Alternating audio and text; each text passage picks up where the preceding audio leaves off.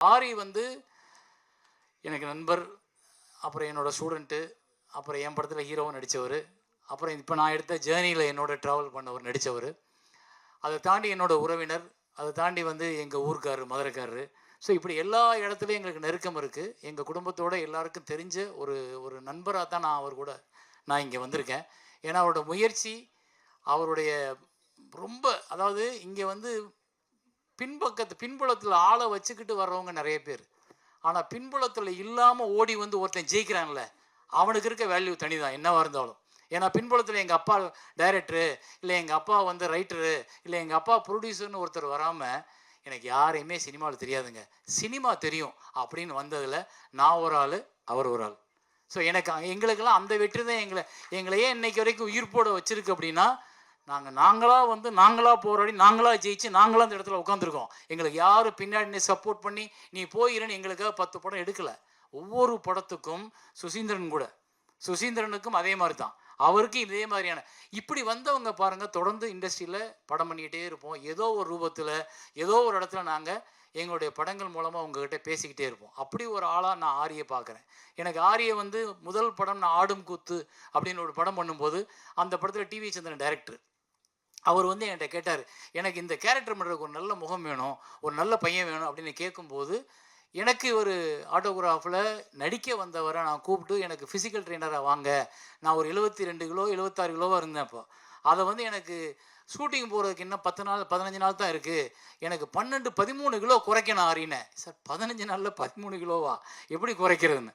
ஆனால் குறைச்சோம், தவம் மாதிரி குறைச்சோம். ஏன்னா அவர் என்னை வந்து சக்கையாக புழிஞ்சிருவார்.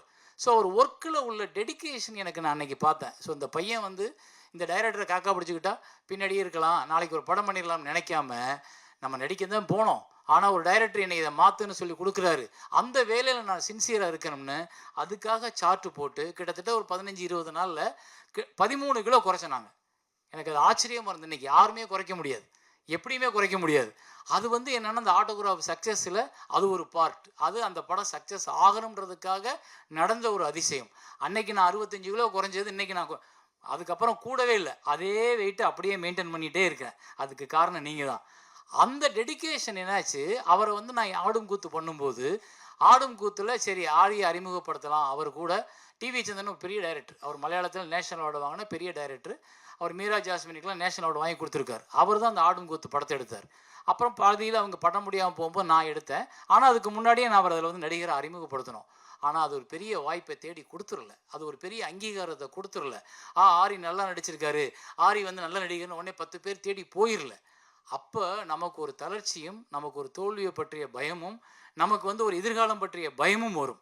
அந்த பயத்தை ஓவர் கம் பண்ணி ஒவ்வொருத்தனும் வந்து தன் முதல் தோல்வியை ஒரு மனிதன் கடந்துட்டான்னா எத்தனை தோல்வியும் கடக்கிறதுக்கான கம்பீரம், தைரியம் அவனுக்கு வந்துடும். அந்த முதல் தோல்வியை கடந்தவன் தான் ஆரி. அந்த முதல் தோல்வியை கடந்ததுனால தான் இன்னைக்கு அவர் தளராமல் அடுத்துன்னு பண்ணும் பொழுது, இப்போ இந்த படத்தில் பார்த்தா ஆக்சுவலி தனஞ்சயன் சார் சொன்னது ரொம்ப உண்மை. அவ்வளோ பர்ஃபெக்டாக உள்ளுக்குள்ளே உட்காந்துருக்காரு. ஸோ இது இன்னி தொடர்ந்து அவருக்கு நிறைய படங்களை உருவாக்கும், நிறைய படங்களை கொண்டு வரும். தனியாக நீங்கள் நிற்கிறதுக்கான ஒரு வாய்ப்புகளை இன்னும் நிறைய உருவாக்கும் இந்த சினிமா. ஆனால் நீங்கள் இந்த சினிமாவுக்கு உண்மையாக இருங்க, அவ்வளோதான். இந்த சினிமாவுக்கு உண்மையாக இருந்தோம்னா போதும். பிளே ஸ்டோர் மற்றும் ஆப் ஸ்டோரில் இருந்து பாலிமர் செயலியை QR கோடு மூலம் பதிவிறக்கம் செய்யுங்கள்.